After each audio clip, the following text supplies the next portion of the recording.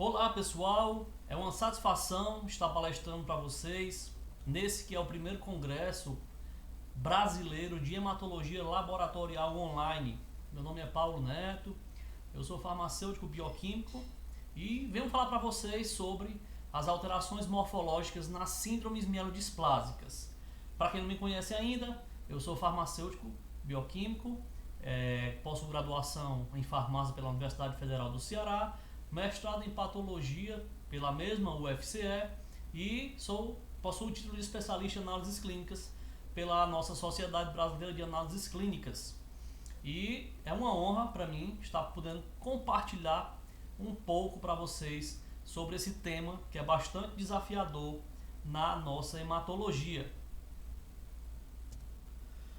Bom, as síndromes mielodisplásicas, elas são um conjunto bem heterogêneo de doenças clonais que se originam na nossa medula óssea, na nossa fábrica de sangue, tá? E elas são formadas por algumas características bem peculiares e bastante importante no seu desenvolvimento, no seu curso clínico, que são algumas alterações que acometem as células progenitoras hematopoéticas, levam a desenvolvimento de um clone, tá certo? E esse clone anômalo, ele vai afetar profundamente a produção das células sanguíneas na medula óssea. A partir de algumas alterações citogenéticas, moleculares, o que vai acontecer é um processo ineficaz da hematopoese, que é a formação e produção das células sanguíneas, tá? E o que vai acontecer após essa produção deficiente são importantes alterações nas síndromes mielodisplásicas, que são um defeito na quantidade de células produzidas, daí a nós termos as citopenias periféricas, ou seja, a baixa na quantidade de células sanguíneas que vão sair da medula óssea para circular no sangue periférico. Não só a baixa dessas células, a baixa na produção, como também uma produção ineficaz, ineficiente, que mexe na funcionalidade dessas células e também na sua morfologia. São as chamadas displasias que acometem as células dos pacientes com SMD, tá bom? E em alguns casos, esses pacientes acometidos por síndrome mielodisplásica, eles podem evoluir para uma leucemia mieloide aguda, tá certo? Então, numa apresentação inicial do que seriam essas síndromes mielodisplásicas, né, as conhecidas SMDs, são isso, são doenças clonais que acometem as células progenitoras lá na medula óssea, nossa fábrica de células do sangue, tá? Que vão caracterizar uma produção ineficiente, ineficaz, uma hematopoese ineficaz, que consequentemente vai levar a citopenias no sangue periférico, junto de alterações displásicas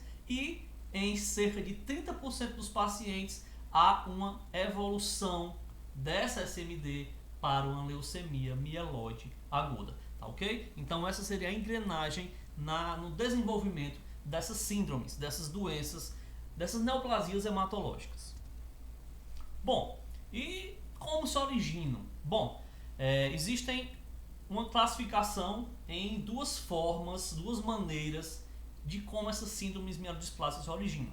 Nós vamos ter as SMDs primárias, que são aquelas que são a maioria dos casos de SMD, certo? 80 a 90% dos casos de SMD são de origem idiopática, de origem primária, ou seja, não se tem uma causa definida, não se tem uma exposição conhecida que possa levar a essa hematopoese ineficaz, tá bom?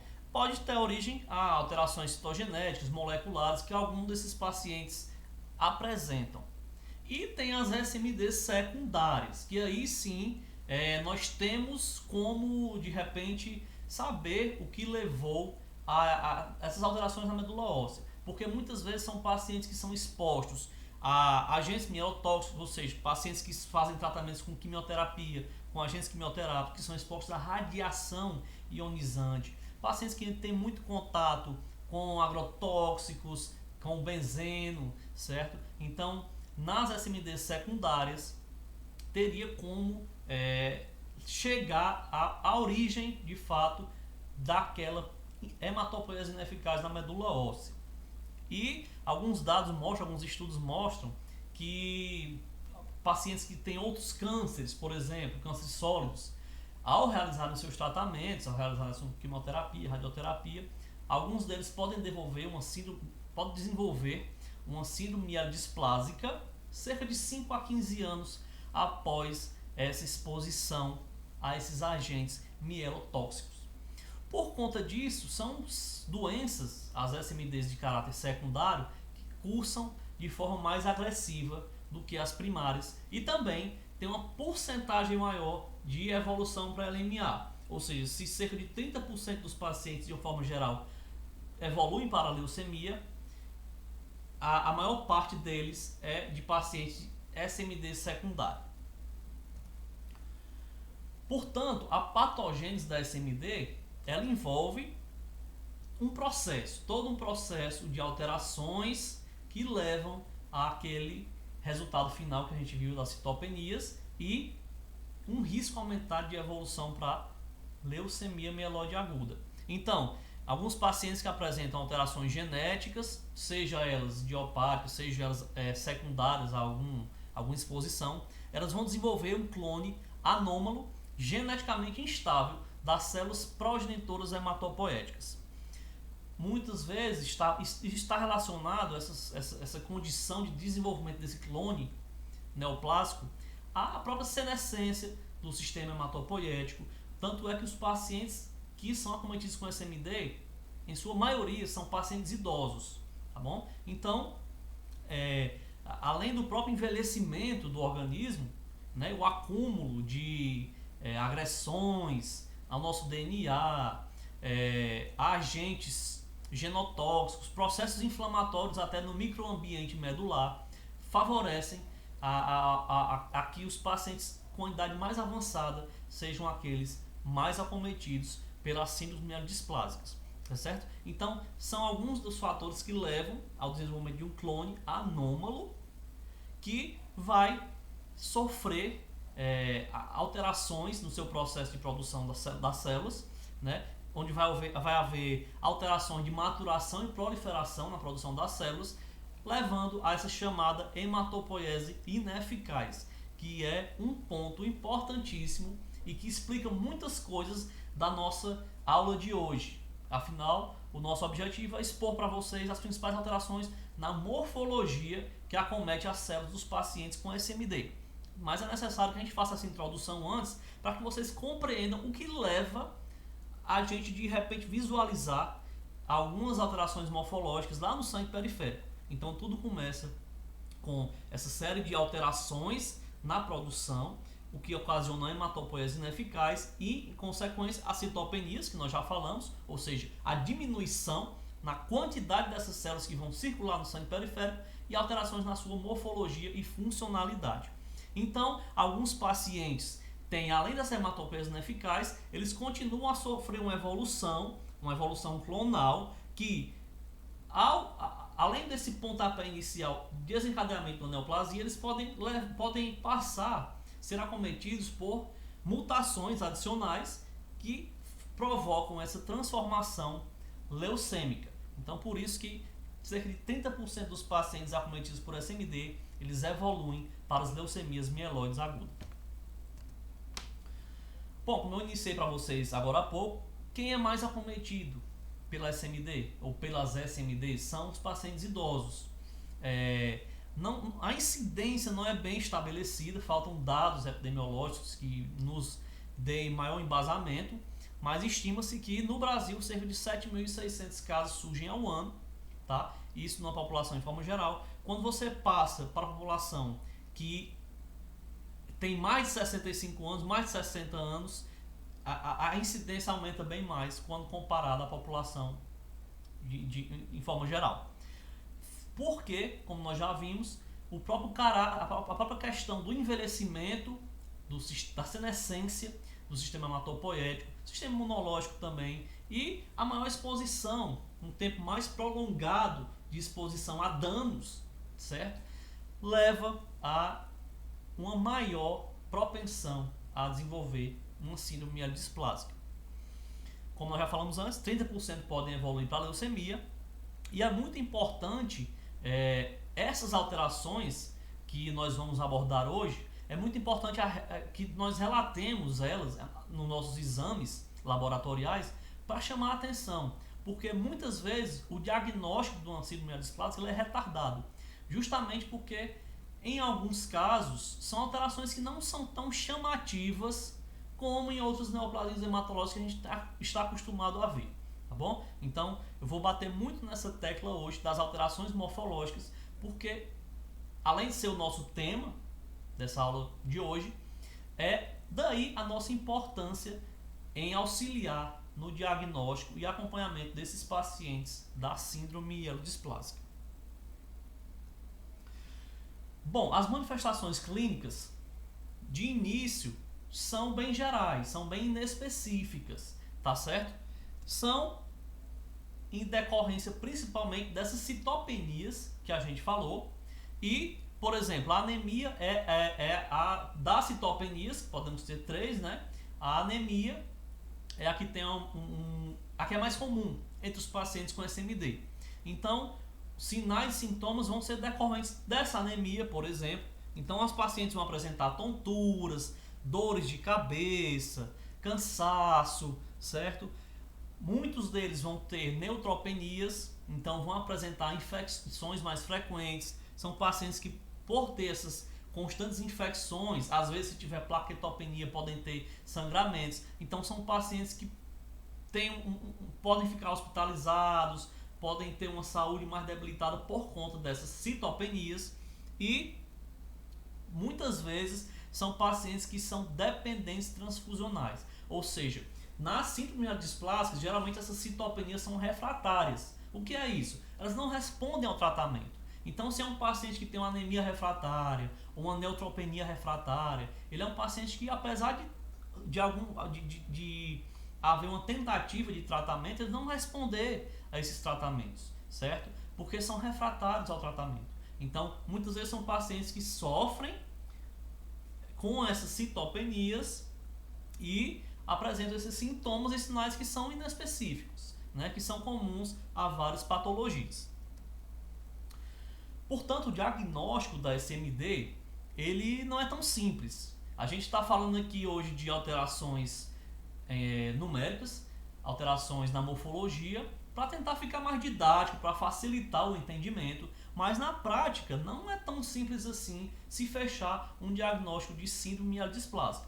Obviamente que um paciente que apresente alguns desses pontos que nós já falamos, por exemplo, um paciente idoso que apresenta uma anemia que se mantém, né, que não responde a um tratamento, que mantém neutropenias, que se mantém durante 6 meses ou mais, já chamaria a atenção de um possível paciente portador de SMD. Mas para se chegar ao diagnóstico é necessário toda uma investigação. Por quê? Além dos sinais e sintomas serem inespecíficos, essas alterações que nós estamos falando hoje aqui, tanto das citopenias quanto até das alterações morfológicas, também não são específicas e também acontecem, olha só, em doenças que não são clonais, como as síndromes mielodisplásicas, tá certo? Então não há um achado morfológico isolado que nos leve a uma definição laboratorial de SMD. Então a avaliação clínica e toda a investigação compõe o processo de investigação diagnóstica. Além disso, como eu acabei de citar, é preciso fazer todo um diagnóstico diferencial. Por quê? Tais alterações que chamam a atenção no SMD não são exclusivas, nem da SMD e nem de doenças clonais. Elas podem acontecer também em algumas doenças não clonais. Então, para isso, é necessário que seja realizado, muitas vezes, é necessário que seja realizado um diagnóstico diferencial que, por vezes, torna-se... requer tempo, requer uma série de realização de exames, tanto de exames de sangue, como de exames da medula óssea, mielograma, biópsia, às vezes citogenética, enfim, uma bateria de exames, uma série de exames que podem levar ao desfecho de diagnóstico de SMD. Então, Dentre as patologias ou situações que devem ser investigadas quando o paciente é suspeito de portador de SMD, a gente pode citar para vocês exposição a metais pesados. Esse é um tipo de situação que pode levar a uma displasia na medula óssea. Anemia aplásica, que pode levar a essas citopenias no sangue periférico. Anemia megaloblástica é um importante fator de diagnóstico diferencial para pacientes de SMD, porque muitas vezes as alterações que nós chegamos a observar em pacientes com anemia megaloblástica são bem parecidas, porque não iguais, morfologicamente falando, a dos pacientes que sofrem com SMD. Então, uma série de doenças também podem levar a esse tipo de situação.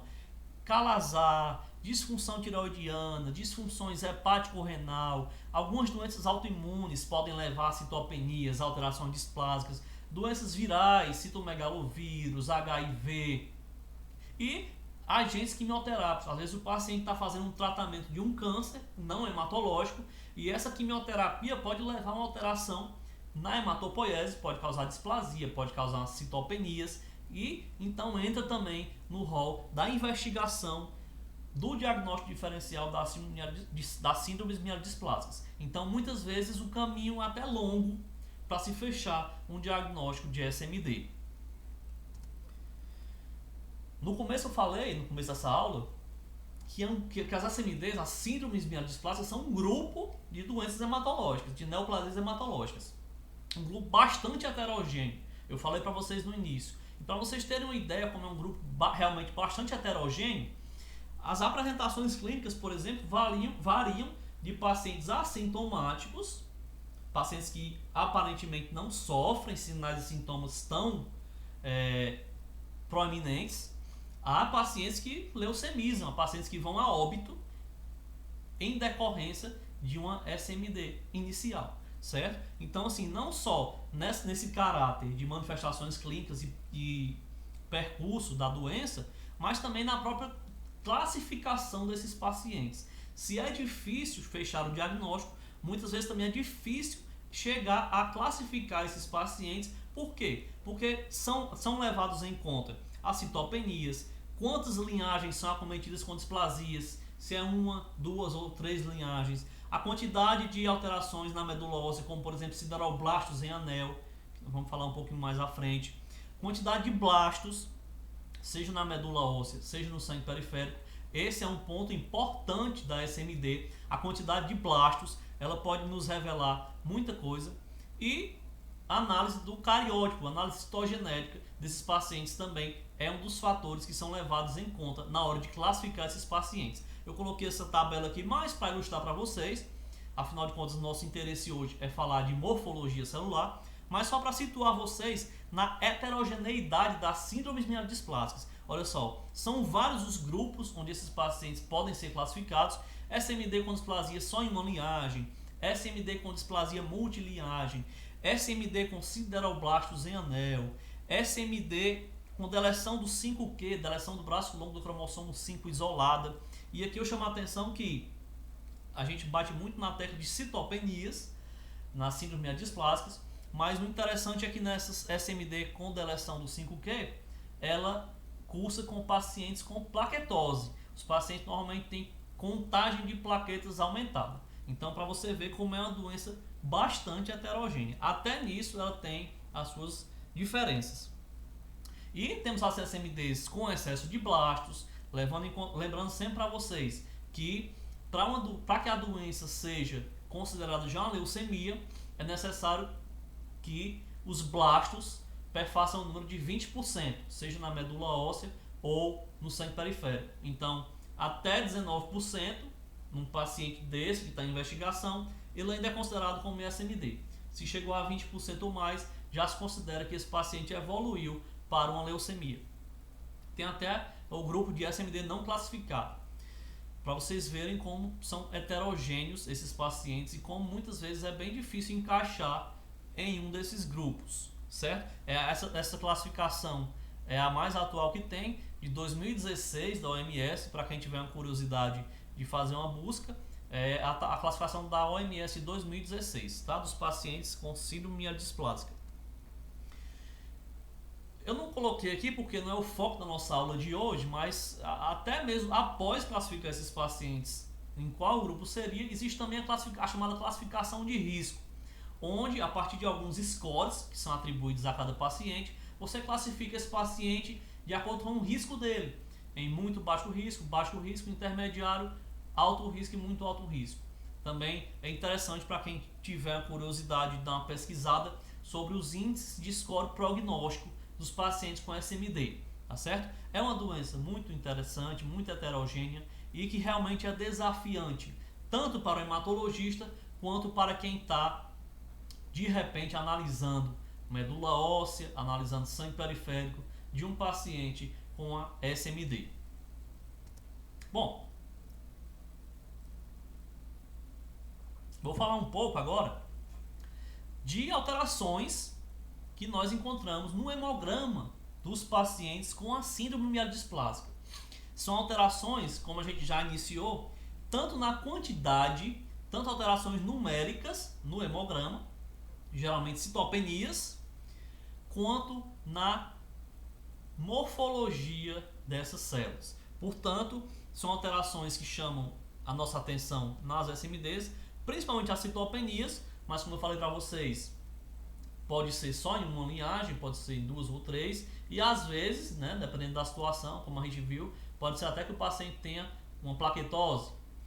E na morfologia, as alterações displásicas da SMD. São dois temas que a gente vai abordar agora, são dois caminhos que a gente vai abordar agora, tá certo? E eu vou mostrar para vocês algumas imagens da minha rotina de pacientes com SMD, para que vocês possam ir se familiarizando, para quem não conhece ainda, para quem já conhece essas alterações, vocês irem reconhecendo algumas delas, tá ok? Bom, o que são as alterações displásicas que eu venho falando desde o início? São anormalidades na morfologia, ou seja, são aquelas alterações que levam a célula a fugir do seu padrão. São células que são alterações que fazem com que aquela célula não seja uma célula da forma que estamos acostumados a ver em pacientes normais, tá bom? São alterações que vão afetar tamanho, ou forma, função, enfim. Eu elenquei aqui algumas para vocês para introduzir no assunto, mas por exemplo, eritroblasto. O eritroblasto é a célula precursora, né? A célula mais imatura que vai dar origem às hemácias, e vocês sabem, o eritroblasto é aquela célulazinha que tem um núcleo. Então a gente fala de um núcleo. O comum é esse, mas a gente vai ver que às vezes o eritroblasto na SMD ela pode ser multinucleado. Já é diferente do que a gente está acostumado de ver nos eritroblastos normais. Neutrófilos, vejam só, os neutrófilos são granulócitos. O que é isso? São células que possuem grânulos. Então na SMD a gente vai ver alterações nesses grânulos. A gente pode ter os neutrófilos hipogranulares, ou seja, eu vou mostrar para vocês daqui a pouco, são neutrófilos que têm ausência de granulação no seu citoplasma. E nós podemos ter o contrário também, nós podemos ter neutrófilos com muitos grânulos, enfim, pode variar, mas é mais comum que sejam hipogranulares. Da mesma forma, hipossegmentação. Os neutrófilos a gente sabe que eles são aquelas células de 2 a 5 lóbulos, né? Mas que normalmente elas ficam ali de 3, 4 lóbulos na maioria das células. Então a gente vai ver que em alguns casos de SMD, a gente pode ter a chamada pseudo-Peguerrouet, que é o que? Aquela alteração de não segmentação ou de dificuldade na segmentação do núcleo. Então são células, são neutrófilos hipossegmentados. E eu chamo a atenção que da mesma forma a gente pode ter o contrário, pode ter neutrófilos de repente hipersegmentados, tá certo? Para vocês verem como pode variar bastante essas células, a morfologia dessas células. A gente pode ter de repente um neutrófilo que não conseguiu segmentar o seu núcleo direito e ficou com o núcleo que a gente chama de donut cell, ou núcleo em anel, núcleo em rosca, também é uma alteração que chama a atenção para uma displasia nesses pacientes. A gente pode ter granulócitos com assincronismo maturativo, ou seja, é aquela célula que o núcleo está maduro e o citoplasma está imaturo ainda, ou o contrário, o núcleo ainda está imaturo e o citoplasma já está maduro. A gente chama isso de assincronismo maturativo, ou seja, os dois não amadureceram com o mesmo tempo, né? Tem essa diferença aí na maturação. A gente vai ver também, é muito comum observar monócitos displásicos, que são monócitos com segmentação bizarra do seu núcleo. A gente sabe que o monócito normalmente ele não é para segmentar como os neutrófilos, né? E na SMD a gente vai ver que eles podem apresentar umas segmentações muitas vezes bizarras, tá? Eu tô falando para vocês aqui, mas já já vou começar a mostrar imagens, tá bom? A gente vai falar muito sobre imagens hoje. Bom,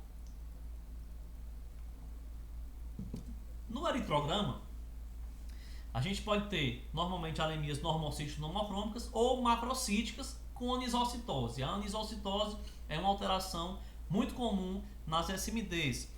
Outra alteração muito comum é a questão do dimorfismo eritrocitário. O que é isso? A dupla população de hemácias, com tamanhos diferentes, que vão fazer isso aqui, ó. Deixa eu mostrar para vocês aqui, só um instante.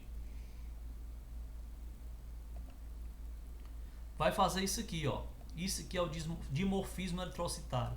Dupla população. Você vê aqui que o normal é nós termos um gráfico assim, né? Dispersão assim das hemácias, né? Nas SMDs é frequente a gente encontrar isso aqui, ó. Dupla população de repente de hemácias microcíticas ou normocíticas e uma população de hemácias macrocíticas, por exemplo. Então, isso é uma alteração que chama a atenção dos pacientes. Olha só, independente de como esteja o VCM, porque o VCM numa população dessa, ele não é nem para ser levado em consideração, né? A verdade é essa. Uma dupla população heterogênea, o VCM ele perde valor estatístico, ele não deve ser levado em consideração. Então, independente do VCM, você vai ter o quê? Presença de macrócitos. A macrocitose realmente, a presença de macrócitos é um ponto muito comum na SMD. Poiquilocitose, não é incomum nós acharmos algumas alterações na morfologia das hemácias, a presença de ovalócitos, a presença de dacriócitos, que são aquelas células em forma de lágrima, tá? Inclusões nessas hemácias também é bastante comum, ou seja, a gente pode encontrar pontilhado basófilo, Raul-Joly, anel de Cabot, enfim, inclusões eritrocitárias que não são vistas normalmente nos pacientes e que são vistas em SMD. E olha só, o eritroblasto. Já não é comum nós termos eritroblasto no sangue periférico. O eritroblasto é uma célula que é para ficar na medula óssea, né? E só ser liberado já na fase de reticulócito, né? Aquela fase que ele já está amadurecendo para virar uma hemácia. Se já é incomum, já não é para nós visualizarmos eritroblasto no sangue periférico, imagina só eritroblastos displásicos, que são, como eu falei para vocês, eritroblastos que não possuem aquela morfologia normal da eritroblasto, não possui só um núcleo, possui muitos núcleos, às vezes binucleado, fragmentação nuclear, às vezes falha na hemoglobinização, vou mostrar para vocês como é isso. Às vezes uma alteração na divisão desses eritroblastos faz com que eles mantenham uma ponte entre eles. Às vezes é uma ponte citoplasmática, às vezes é uma ponte internuclear. Então, são eritroblastos que mantêm alterações displásicas que chamam logo a atenção quando você está acostumado com a forma normal dessas células. Olha só, vou começar a mostrar algumas alterações para vocês, certo? Essas imagens são minhas, por isso não botei nenhuma fonte aqui. Olha só, aqui nós temos nessa primeira imagem, olha só, uma hemácia. Nesse caso específico, ela vai ter duas alterações dessa hemácia. Ela vai ter um anel de Cabot e vai ter corpo de Raul-Joly, corpúsculo de Raul-Joly.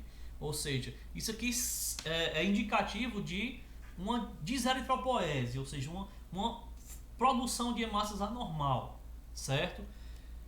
Lembrando que não são exclusivos de SMD. Esse tipo de alteração a gente pode ver, por exemplo, na anemia megaloblástica, tá bom? Olha só, eritroblastos circulando. Falei para vocês, não é comum, não é normal nós termos eritroblasto no sangue periférico. Se tem eritroblasto no sangue periférico, é porque está acontecendo algum problema na nossa fábrica de sangue, na nossa medula óssea, tá certo? Aqui são eritroblastos normais, até, tá bom? Aqui tem um pouquinho de assincronismo entre citoplasma e núcleo, mas são eritroblastos até que com morfologia normal. Mas vejam só, se já não é normal nós temos eritroblastos circulando, imaginem só eritroblastos assim. Olha só, enquanto a morfologia normal do eritroblasto é assim, né? Aquela hemácia imatura, né? Com um núcleo, o citoplasma um pouquinho diferente ainda do que é o citoplasma das hemácias, mas imagine só você encontrar eritroblastos assim, olha só, binucleado, com corpúsculo de Raul-Joly, esse daqui, olha só, o núcleo dele dividido em dois. Olha só o que eu falei para vocês da ponte citoplasmática. Isso aqui é um defeito na divisão desses eritroblastos e é um sinal de displasia. Então, aqui a ponte citoplasmática é uma alteração importante que deve ser relatada no laudo ao ser observado, tá certo? Vejam só que a gente consegue identificar bem a ponte. Muitas vezes a gente consegue identificar a ponte internuclear, que é aquela que aqui está ligando os dois citoplasmas. A ponte internuclear, ela vai ligar os dois núcleos, tá ok? Olha aqui mais uma vez um eritroblasto displásico, olha só como é que está o núcleo dele, está dividido. E um dacriócito aqui do lado, olha só. É isso que muitas vezes a gente vai observar nos campos do esfregaço do paciente com SMD. No mesmo campo, a gente pode ter algumas alterações que nos levam a ver que essa hematopoiese não está normal.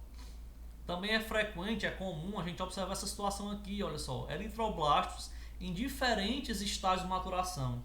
Aqui eu coloquei para vocês, olha só, nós temos o eritroblasto basofílico, percebam, o citoplasma bem basofílico, o núcleo ainda imaturo.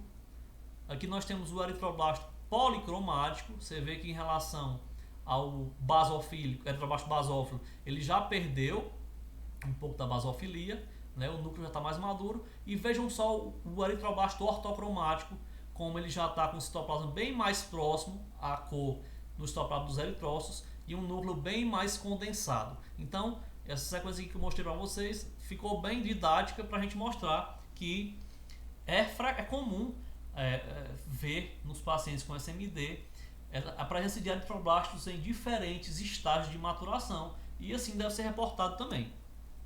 Olha aqui mais algumas alterações para vocês. A gente vai ter aqui, olha só que eu falei para vocês que pode acontecer o eritroblasto displásico, além do núcleo bilobulado, ainda tem uma falha na hemoglobinização. Olha só como fica vazado o seu citoplasma quando comparado a um citoplasma que não tem falha na hemoglobinização, ou seja, na produção de hemoglobina.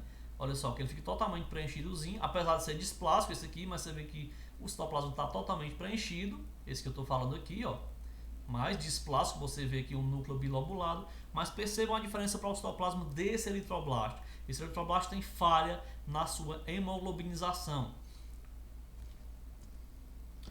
Bom, até agora eu mostrei algumas alterações no eritrograma, né? No leucograma também nós temos diversas alterações que podem acometer os pacientes com SMD. Como eu falei antes, neutropenias são comuns, os neutrófilos hipossegmentados, neutrófilos com hipersegmentação, neutrófilos hipogranulares, neutrófilos com núcleo anel, neutrófilos com esse assincronismo maturativo e blastos, onde, olha só um detalhe importante, algumas vezes esses blastos apresentam o bastonete de Auer no seu citoplasma e essa é uma informação muito importante que deve ser relatada. Bom, deixa eu mostrar para vocês aqui algumas alterações nos leucócitos que a gente pode observar em paciente com SMD. Olha essa primeira alteração aqui, percebam o tamanho, a diferença no tamanho desses dois neutrófilos. Vejam só, diferença notável, né? Esse aqui é um neutrófilo com gigantismo. Além disso, a gente nota que ele está hipersegmentado, né? Olha só, vários lóbulos no seu núcleo, 1, 2, 3, 4, 5, de 6 a 7, né? Está caminhando para 7 aqui. Mas você percebe que é uma alteração que chama a atenção quando comparado a um neutrófilo comum. E olha só, eu falei para vocês da hipogranulação citoplasmática dos neutrófilos. Você vê que o neutrófilo, como eu falei, é um granulócito. Ele tem grânulos. Observem aqui esses dois neutrófilos. Esse aqui, apesar de ter o gigantismo, ele tem granulação. Esse aqui também de cima tem a granulação. Mas comparem os citoplasmas desses neutrófilos com o citoplasma desse neutrófilo aqui. Olha só, você não consegue ver granulação. Ele fica bem lisinho o citoplasma do neutrófilo. Então esse aqui é o neutrófilo hipogranular. Aqui mais um, olha só, neutrófilo hipogranular e hipossegmentado. A gente vê que está tendo dificuldade de lobular o seu núcleo, já tem uma cromatina bem condensada, já é uma cromatina madura, e olha só, o seu citoplasma quase não se percebe grânulos nele. Olha aqui os eritroblastos circulando, coisa que não é para ter no sangue periférico. E outra alteração que a gente pode ver, células em processo apoptótico, também não é incomum nos pacientes com SMD. Mais algumas alterações, olha só, a chamada célula em anel, neutrófilo em anel, o donut cell, a neutrófilo com anel em rosca, essa daqui, ó, quando o neutrófilo não consegue segmentar o seu núcleo e fica todo em formato de anel, formato de rosca, né? Nesse quadro aqui nós temos um blasto e um neutrófilo hipogranular. Olha só, a imagem perdeu um pouco de nitidez por causa do zoom, né, do aumento, mas você consegue perceber que o citoplasma quase não se percebe grânulos, né? Um citoplasma hipogranular e logo ao seu lado um blasto. E também pode acontecer em pacientes com SMD. Muitas vezes, dependendo do tipo de paciente de SMD que seja, vai ter ali um blasto circulando, 1% de blasto circulando. Muitas vezes você vai perceber, não só na contagem que você estiver fazendo, mas ao percorrer a lâmina em uma extra contagem, de repente, você pode perceber um blasto. E mesmo que você perceba só um blasto, é importante que seja relatado no laudo. Olha só, como eu falei para vocês, a segmentação bizarra de alguns monócitos também é comum em pacientes com SMD. O monócito, como a gente sabe, ele tem um núcleo, são células bem pleomórficas que podem apresentar variação na sua morfologia, mas não uma segmentação bizarra. Essa segmentação, olha só como é que está o núcleo desses monócitos aqui, olha só, uma segmentação muito anormal, né? Um monócito ele não chega a segmentar dessa forma, vejam só. Além disso, a gente percebe um certo assincronismo na maturação entre citoplasma e núcleo, né? Então são os chamados monócitos displásicos. Olha só nessas imagens aqui, essa daqui ficou um pouco prejudicada quando a gente deu um aumento, mas seria para comparar um neutrófilo, que é esse aqui, ó, neutrófilo, com um monócito displásico. Você comparar os dois, o citoplasma dá para ver a diferença. Esse aqui está mais um azul mais acinzentado, mais clarinho, e também a cromatina está bem diferente. No microscópio estava melhor de visualizar, porque a imagem ao ser aumentada realmente prejudicou um pouco a qualidade da foto, mas dá para perceber ainda a diferença na cromatina do monócito para o neutrófilo, e vejam como está bizarra essa segmentação do núcleo do monócito. Essa aqui talvez esteja um pouco melhor para vocês visualizarem aí, né? É um comparativo também de um neutrófilo hipogranular, vejam só como está o citoplasma, a gente quase não vê granulação, com um monócito displásico. Percebam a diferença no padrão da cromatina, para a gente não confundir com um neutrófilo. Olha só, o citoplasma do neutrófilo, apesar de ser um neutrófilo displásico, ele mantém aquela acidofilia, né? Já olha só como é que é o citoplasma do monócito, mesmo displásico, a gente consegue perceber que é um citoplasma azul acinzentado, né? E, mais uma vez, falando para vocês, reforçando, vejam só como está a segmentação do núcleo desse monócito. É uma coisa bem diferente mesmo. Aqui em cima, olha só, como eu falei para vocês, nos pacientes com SMD é comum num campo só a gente ver várias alterações displásicas. Esse aqui você pode observar um monócito displásico, ao lado dele uma célula em processo de apoptose. Isso aqui é para ilustrar para vocês que essas alterações muitas vezes estão lado a lado no esfregaço desses pacientes.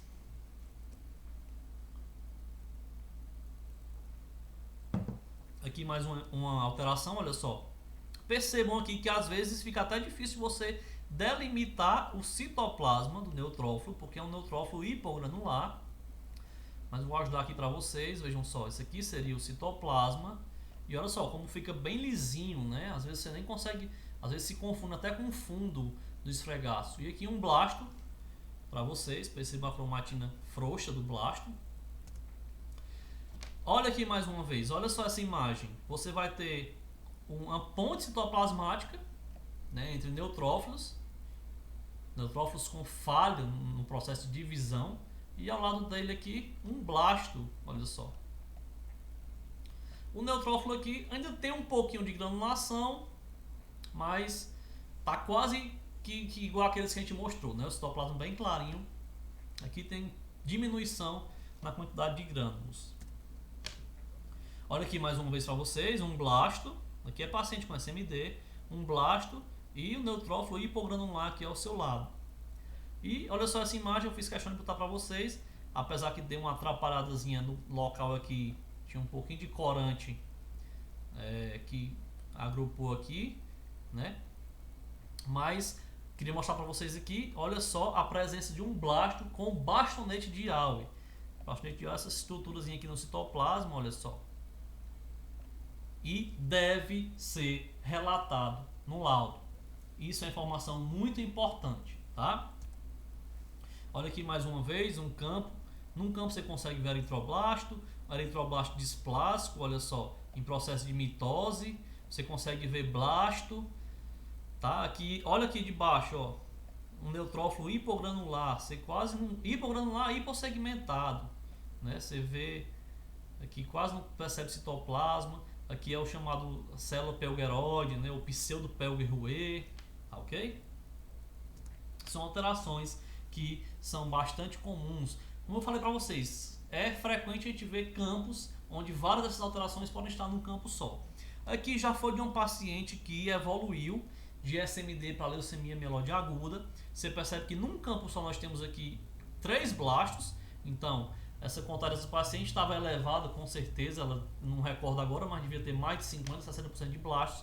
Mas eu queria chamar a atenção para que num campo só você consegue ver, olha só, blastos, o neutrófilo displásico, olha aqui, o neutrófilo hipogranular, e um eritroblasto displásico. Percebam aqui nesse eritroblasto a falha, o defeito, a falha na hemoglobinização, olha só, ele fica com vacúolos, né? Então, mais uma vez, essa paciente que era uma leucemia mieloide aguda que evoluiu de uma SMD, né? A gente chama de leucemia mieloide aguda secundária a uma SMD. Então, olha só, um campo desse você vai ter eritroblastos em diferentes fases de maturação, um eritroblasto displásico, olha só o núcleo como é que tá, aqui vai tá entrando em processo de mitose, blastos, olha só. E os neutrófilos hipogranulares, mais uma vez eu chamo a atenção para esse citoplasma desses neutrófilos, olha só, fica bem discreto, bem ralinho, né? E falando de plaquetas, também podem levar, a gente pode observar alterações na morfologia das plaquetas desses pacientes. Não só a baixa, a plaquetopenia, que é muito frequente. Lembrando, quando é um paciente com deleção do 5Q, ele vai apresentar aumento na contagem de plaquetas, tá bom? Mas nós costumamos ver alterações na morfologia, costumamos ver macroplaquetas, plaquetas gigantes, plaquetas hipogranulares. Olha só, essas duas primeiras imagens não são de um paciente com SMD, mas eu fiz questão de mostrar para vocês porque dá para a gente perceber plaquetas hipogranulares, macroplaquetas e plaquetas hipogranulares. Percebam bem a diferença, olha só, na granulação dessa plaqueta, na granulação dessa, né? Essa daqui é uma plaqueta hipogranular. Percebam a diferença na granulação delas. Aqui tem mais algumas hipogranulares e algumas granulares. A mesma coisa dessa imagem. Observe que tem algumas plaquetas hipogranulares, olha só, ao lado de plaquetas granulares. Então, esse tipo de alteração pode ser visto em pacientes com SMD. Olha só aqui mais uma vez. Num campo você tem um neutrófilo hipogranular e olha só, macroplaquetas e até mesmo uma plaquetazinha hipogranular aqui. Ou seja, são alterações que podem aparecer juntinhas lado a lado. E eu percebo que alguns alunos têm dúvidas em como classificar as plaquetas de acordo com o seu tamanho, se é macroplaqueta, se é plaqueta gigante. Então eu coloquei essa imagem para vocês para facilitar o entendimento. As plaquetas têm um tamanho, as plaquetas normais, têm um tamanho menor do que o das hemácias, né? Olha só, são desse tamanhozinho aqui ou um pouco menores até. A macroplaqueta é aquela plaqueta que tem um tamanho maior do que a hemácia. Comparem aqui, olha só, essa aqui de P é a plaqueta normal, essa aqui de M é a macroplaqueta. Vejam só que ela tem um tamanho maior do que o da plaqueta normal e chega a ser até do tamanho de hemácia, mas não ultrapassa a hemácia.